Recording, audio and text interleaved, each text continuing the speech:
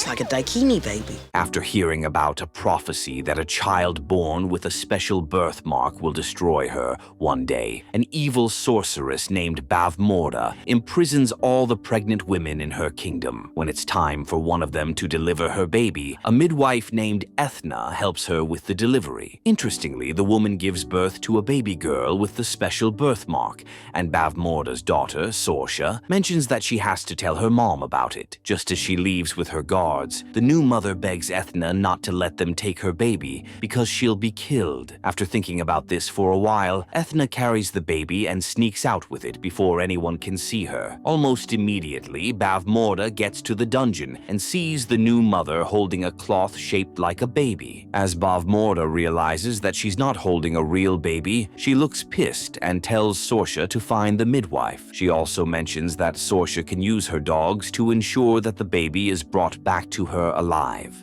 They're going to kill her! After Sorcia leaves, the new mother tells Bavmorda that her baby will eventually come back one day to put an end to Bavmorda's reign of terror. Bavmorda doesn't like this, and she tells her guards to kill the woman. Elsewhere, Ethna successfully leaves the castle and moves further away from the kingdom. She also makes a few stops on the way to take care of the baby and give her some food to eat. Shortly after, Ethna hears Bavmorda's dogs heading toward the woods, so she quickly takes the baby to a river and places her on a tangle of dried grass. As the floating tangle of grass drifts away, the dogs catch up to Ethna and kill her before she can escape. After a while, the tangle of grass stops near the woods in a kingdom of dwarves who call themselves Nelwyns. Coincidentally, two children, Ranon and Mims, see the baby just by the river, and they look shocked. Ranon eventually goes to call his dad, Willow, who is working on his farm. Willow initially seems reluctant to leave his farm because he's busy, but since Ranon seems serious, he eventually follows his son. When Willow gets there, he looks shocked and tells the kids that the baby is not one of them. He adds that it's a daikini baby. But Dad, it's a baby. But Ranon asks what he means. Willow then mentions that daikinis are the big and tall people who live in the kingdom far away from theirs. Mims thinks the baby looks cute, and Ranon asks if they can keep it. Willow says they can't and that they'll have to push it downstream and pretend like they never saw it. Before he can do this, though, his landlord, Burglecut, starts calling his name. Willow then tells the kids not to touch the baby while he goes to meet Burglecut. As he returns to his farm, Willow hears his wife, Kiaya, telling Burglecut that her husband didn't steal anything from him. Burglecut doesn't seem to care about what she's saying, and he mentions that Willow hasn't paid his debts. He also accuses Willow of stealing the seeds he's currently planting on his farm. Willow jokes that he used magic to get his seeds, but Burglecut says he's not a sorcerer and that he's just a clown. I sell the planting seeds around here. Now tell me where you got them. As they continue arguing about the subject, Kiaya sees the kids standing near the river, and she goes to meet them. Almost immediately, Burglecut threatens to seize Willow's land if he doesn't pay his debts, and he eventually walks away. Willow then goes to check up on his family, but he sees that Kiaya has already carried the baby. Willow says she can't do that, but Kiaya ignores him and heads home with the baby. When they get there, Kiaya sees the baby's birthmark and asks Willow if they should take the baby to the village council. Willow says they can't do that because the council might think it's a bad omen, and they'll blame him for any bad thing that happens in the village. As he seems quite frustrated, Kiaya tells him to calm down, but he says he can't because he has a big day tomorrow. Kiaya then tells him that the village's great sorcerer, High Aldwin, hasn't chosen an apprentice in years. Willow says that this year is different because he knows he'll be chosen. Tomorrow's gonna be different. I just know he's gonna pick. Almost immediately, the baby starts crying, and Kiaya tells Willow to hold her while she goes to get some milk. Even though Willow initially seems reluctant to carry the baby, he eventually does this, and the little girl suddenly stops crying. Ranon and Mims mention that it seems the baby likes their dad, and this makes Willow smile. The next day, Willow leaves the house to get prepared for High Aldwin's arrival. When he gets to the village square, he does a few magic tricks tricks that leave his fellow villagers impressed. His last trick involves making a pig disappear, and he does this quite well. However, the pig eventually comes out of its hiding spot, and Burglekutt makes fun of Willow for not being a real sorcerer. Shortly after, High Aldwin arrives and tells those who aspire to be his new apprentices to come forward. Bring forth the hopefuls! Willow goes up to the stage along with the other prospects, and Burglekutt seems surprised by this. He also makes fun of Willow because he doesn't think the farmer is good enough. Just then, High Aldwin gives the prospects a test to point to the finger that possesses the power to control the world. As he shows them his fingers, the other prospects select one each, but he mentions that they're wrong. Willow hesitates before making a decision, but he eventually selects one of High Aldwin's fingers. High Aldwin says he's also wrong, and he announces that he won't be taking any new apprentices for the year because all the prospects failed his test. Willow looks disappointed by this, and his kids also feel sad for him. Almost immediately, one of Bavmorda's dogs gets to the village square and starts attacking the villagers. Mims happens to be standing alone in the middle of the village square, and Willow quickly runs to save her. After they find a place to hide, some of the Nelwyn soldiers are able to take down the wild dog before anyone gets hurt. A soldier named Vonkar then mentions that it seems the dog came for a baby. Willow is shocked to hear this, and he quickly runs home to see if Kiaya is fine. Luckily, Kiaya happens to be okay, and Willow looks happy to see her. He then mentions that they have to take the baby to the village council just to be safe. When they get to the council meeting, they hear the villagers talking about a possible punishment for whoever allowed the dog to come to the village. Willow decides to turn back because he's scared of what they might do to him. But before he can leave, High Aldwin calls him to ask what he came for. Willow then mentions that his kids saw a baby by the river earlier, and as High Aldwin looks at it, he says that it's a Daikini baby. Burglekutt says that they need to return the baby to the Daikinis because he's sure that the beast came for it. Willow says they can't do that because the baby will be killed. The bones have spoken! And High Aldwin mentions that he's right. He adds that the baby is special and that it must be taken beyond the boundaries of the village to the crossroads. Burglekutt nominates Willow to do that, and everyone agrees. High Aldwin then asks if Willow has any love for the baby, and he says he does. Following this, High Aldwin announces that Willow will take the baby out of the village, but that someone has to be with him to protect him. Willow's friend, Migosh, volunteers to follow him, and Vonkar also does the same thing. However, Burglekutt says that Vonkar can't leave the village because he's their best warrior. High Aldwin gets tired of Burglekutt's attitude, and he names the arrogant landlord as the leader of the expedition. Burglekutt is shocked by this, and he tells Vonkar to come with him because he doesn't know what might happen on the way. As they prepare to leave the village, High Aldwin asks Willow about the test he gave the prospects earlier. What was your first impulse?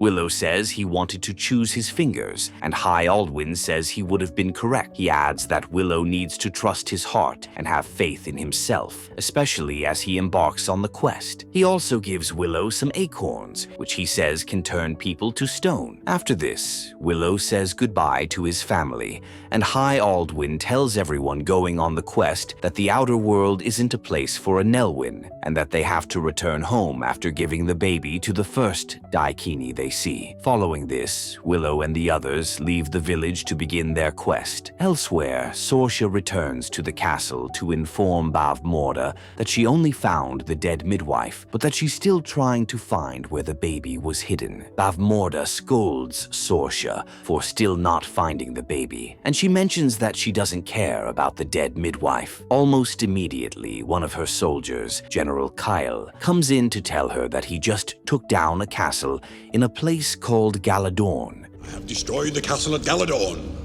Bavmorda praises him for this and tells him that she has another quest for him. She says that she wants Kale to help Sorcia find the baby, and that she wants it alive so that she can perform a ritual that will exile the child's spirit into oblivion. Sorcia says she doesn't need help, but Bavmorda insists that Kyle will help her. As they leave the castle, Bavmorda's high priest mentions that he has read some signs which show him that Sorcia will betray Bavmorda one day. Bavmorda doesn't believe this, and she mentions that she trusts Sorcia's loyalty more than that of any of her other followers. Meanwhile, Willow and the others continue their journey to the crossroads. On the way, they eventually hear some horses approaching the woods, and they find a place to hide. They then hear one of Bavmorda's soldiers saying that the baby is with the Nelwyns, The Nelwyns have got the baby. and that they have to search their village. He adds that some of the Nelwyns are also believed to be moving through the woods, and that they have to find them too. After the soldiers leave, Von Kahr leads the others to continue their journey until they get to the crossroads and eventually come across a man named Mad Martigan, who happens to be inside a crow's cage. Mad Martigan nearly strangles Willow while asking for some drinking water, but he eventually releases the dwarf. Burglekutt then mentions that they can just give the baby to Mad Martigan because he's a daikini. However, Willow says they can't do that because there's a reason why Mad Martigan is trapped in the cage. Mad Martigan says he's not a bad person, and he even tries to convince Burglekutt to release him so he can hold the baby. Willow still refuses to listen to Burglekutt, and the arrogant landlord decides to leave with the rest of the crew. Migosh chooses to wait with his friend, and Burglekutt eventually leaves with the others after insulting Willow for staying back, even though his family and his crops are back in the village. Just let me out of here, please. Much later, some Galadorn soldiers, led by a general named Ark, march toward the road where Willow and Migosh are standing. Willow then tells Erk to take the baby, but the general says he can't because he and his soldiers are going into battle. Suddenly, Mad Martigan sees Erk and happens to know who he is. Erk also knows him, and he jokes that he always knew Mad Martigan would end up in a cage. Mad Martigan then asks where he's going, and he says that Bavmorda's men just destroyed the castle in Galadorn, and that he's taking his men to attack them. Mad Martigan offers to help him if he's released, but Erk refuses to do this because he knows Mad Martigan to be a mercenary who isn't loyal to anyone. After Erk and his men leave, Willow starts missing his family, and he also considers releasing Mad Martigan to give him the baby, as Mad Martigan promises to take care of the baby if he's released. I'll look after her like she was my own. Willow tells Migosh to let him out. When he's free, Mad Martigan looks excited and thanks Willow and Migosh for helping him. He also carries the baby and says that he'll keep his word. On the way back to the village, Willow asks Migosh if they did the right thing by giving the baby to Mad Martigan, and his friend says they did. Before they go too far, they see a hobgoblin who has stolen the baby from Mad Martigan. As Willow and Migosh try to get the baby back, they're ambushed by the hobgoblins in the area. After they're tied up, a bright light suddenly appears, and someone tells the hobgoblins to release the Nelwyns. As they do this, a fairy queen named Cherlindrea appears before Willow and Migosh. She says it's good to see Willow, and that the baby is the one who told her his name. Willow doesn't get this, but Cherlindrea says that the baby's name is Elora, Elora Denon told me. and that she's very special. She adds that Elora has chosen Willow to be her guardian because she likes him and knows that he has the courage to help her. Willow still looks confused, but Cherlindrea tells him to take her wand and find a sorceress named Raziel. She says that Raziel will guide him and Elora to the kingdom of Tir Asleen, which is where a good king and queen will look after the baby. Willow doesn't think he's capable of doing this because he's not a warrior, but Cherlindrea just disappears. When she reappears, she tells Willow that Elora must survive and fulfill her destiny to bring about the downfall of Bavmorda. Cherlindrea adds that if Bavmorda isn't stopped, she'll end up controlling the lives of everyone in Willow's village, including his kids and wife. Before she leaves again, she tells Willow that all creatures of good heart need his help, Choice is yours. and that he has to make a decision on what he wants to do. The next day, Willow decides to find Raziel, but he tells Migosh to go home already. Migosh asks if he's sure about it, and Willow says he is. After this, Willow is joined on his quest by two hobgoblins named Franjon and Rule. Willow then asks how long it will take to find Raziel, and Rule says it won't be long because the sorceress has been exiled to an island just over the hills. Willow doesn't get this, but Rule mentions that Raziel was exiled by Bavmorda. As they continue their journey, they eventually get caught up in the rain, and Willow suggests resting at a nearby bar. After they enter the bar, some men start fighting inside, and Willow finds a room to hide. Interestingly, Mad Martigan happens to be there with his lover, whose husband, Lug, is now around. Mad Martigan's lover dresses him as a woman to deceive Lug, and he also collects the baby from Willow to make it seem like he's a mother. Tempting, but no. After he manages to escape from the room with Willow and the hobgoblins, they see Sorcia and her men in the bar, and she asks Mad Martigan if the baby is his. Willow tells Mad Martigan not to let them take the baby, and as he pushes Sorcia back, she realizes that he's not a woman. Lug looks pissed when he sees this, and he causes a brawl, which helps Mad Martigan and Willow escape with Elora, Franjean, and Rule. Some of Sorcia's soldiers follow them, but Mad Martigan gets them off his back. After they get to safety, Mad Martigan decides to continue his journey, but Willow begs him to help them get to a nearby lake. Since he's also heading there, Mad Martigan agrees to do this. They eventually stop along the way to rest for the night, and Willow manages to use Cherlindrea's wand to move himself to the top of a tree. The next morning, they get to an abandoned village just by the lake. Since Willow can now see the island where he's headed, Mad Martigan says goodbye to him and Elora before leaving. Thanks. Shortly after, Willow leaves Elora with Franjean and Rol so that he can go to the island alone to find Raziel. When he gets there, the island looks abandoned, and Willow doesn't see anyone there. Before he leaves, a possum shows up and says that she's Raziel. She mentions that one of Bavmorda's spells turned her into a possum. As she then asks what Willow came for, he mentions that Cherlindrea gave him a wand and told him to find her. Raziel realizes that Elora has been born, and she tells Willow to take her to the baby. When they get back to the abandoned village, Raziel admires Elora and tells Willow to use the wand to turn her back into her human form. Willow asks what he has to do, but Raziel says she thought he was a sorcerer. Willow says he's actually a farmer, but that he's also hoping to become a sorcerer one day. Raziel and the hobgoblins look disappointed by this. You mean you're not a sorcerer? But before they say much, some soldiers head toward the village. Surprisingly, it turns out to be Sorcia and her soldiers, who have already captured Mad Martigan and forced him to lead them to find the baby. Mad Martigan tells Willow that he's sorry, and the soldiers take them away with Elora and Raziel. Franjean and Rule get left behind, but they decide to follow the soldiers so they can help Willow, Elora, and Raziel. On the way, Willow tells Sorcia that Elora needs to eat, but she ignores him. Mad Martigan then insults her and mentions that he hates her. Later that night, while they're trapped in a cage, Raziel teaches Willow how to use the wand to change her back to her human form so she can kill the soldiers and take Elora to Tir Asleen. Almost immediately, Franjean and Rule arrive, but Raziel tells them to allow Willow to concentrate on the spell. Unfortunately, Willow transforms Raziel into a bird, and she seems pissed by this.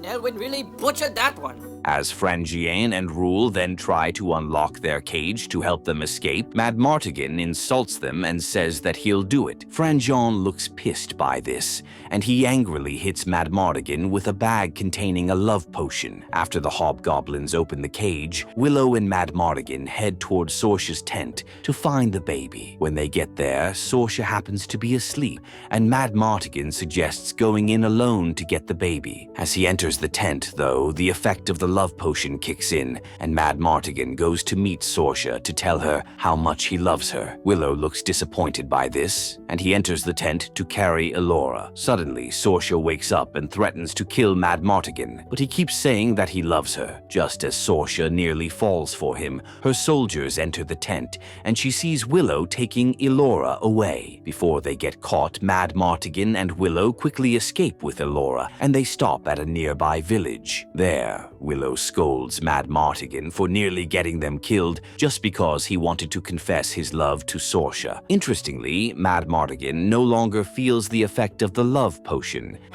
What the hell happened up there?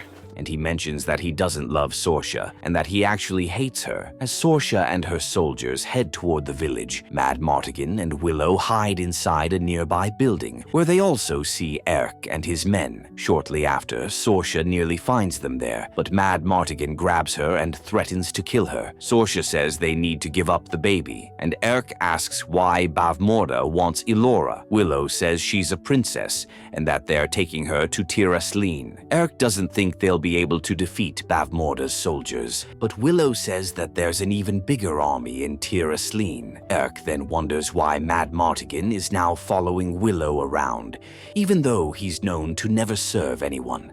He's a worthless thief.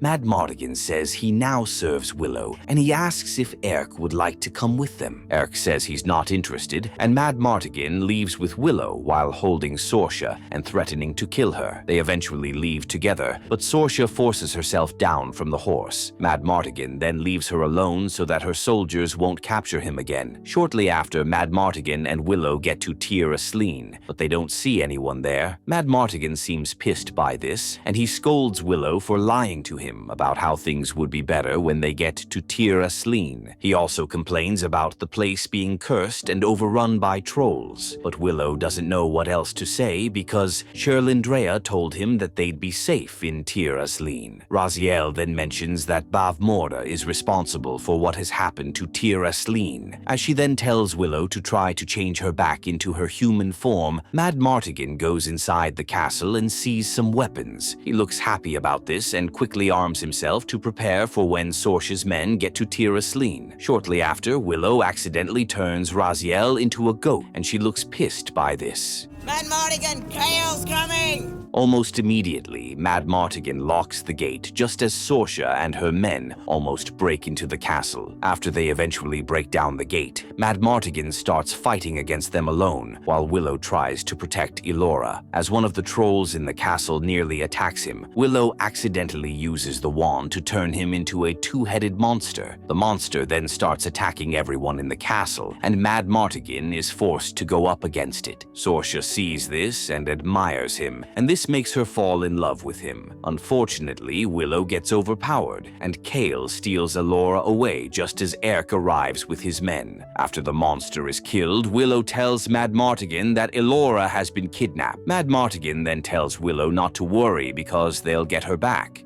No mercy! Following this, Mad Martigan, Sorcia, Willow, Erk, and his soldiers head to Bavmorda's castle. Meanwhile, Kale arrives with the baby, and Bavmorda looks happy about this. As she then asks about Sorcia, Kale says that she has turned against them. This gets Bavmorda pissed, and she tells her men to get the ritual ready to kill Elora. Shortly after, Mad Martigan and the others arrive at Bavmorda's castle, and Erk tells his men to set up their tents and get ready to attack in the morning. Later that night, Bavmorda comes out to see Mad Martigan and the other soldiers. She then uses a spell to turn them into pigs. Sorcia tells her mom to stop this, but Bavmorda also turns her into a pig. She then heads inside to begin the ritual. Meanwhile, as Willow sees what happened to the soldiers, he looks disappointed, but Raziel encourages him to use the wand to transform her because she can still defeat Bavmorda. She's too powerful, Raziel. Willow then tries it again, and this time he manages to change Raziel back to her human form. After this, she collects the wand and turns all the soldiers back into their normal human form. As they then strategize on how to enter the castle and defeat Bavmorda, Erk says it's almost impossible, but Willow says he has a plan. Erk still thinks it's risky, but Raziel says she'll fight to save Elora and the future. Willow also says he'll fight, and Mad Martigan mentions that it's time for everyone to decide whether they want to stay or leave. The next morning, Willow and Raziel head to the front of the castle to tell Bavmorda's soldiers to surrender to them because they're powerful sorcerers. Kale just laughs at them and sends some of his men to go and kill them. As they open the gates, Erk and Mad Martigan lead their soldiers into the castle. Raziel, Sorcia, and Willow then head to Bavmorda's room to stop the ritual. When they get there, Raziel tells Willow to stay back, and he does just this. After they enter the room, Sorcia takes down her mother's guards, but Bavmorda eventually knocks her out.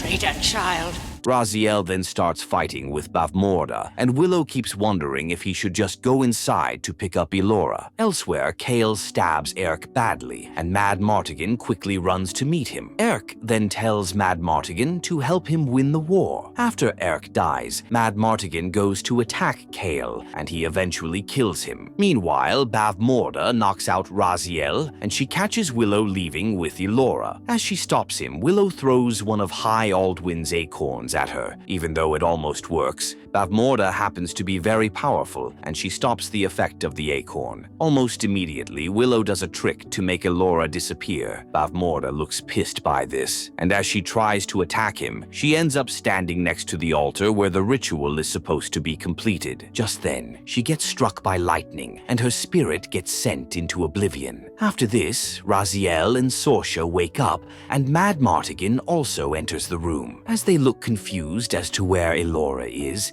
Willow brings her out from where he hid her, and he says that he used one of his old tricks to deceive Bavmorda. It was just my old disappearing pig trick.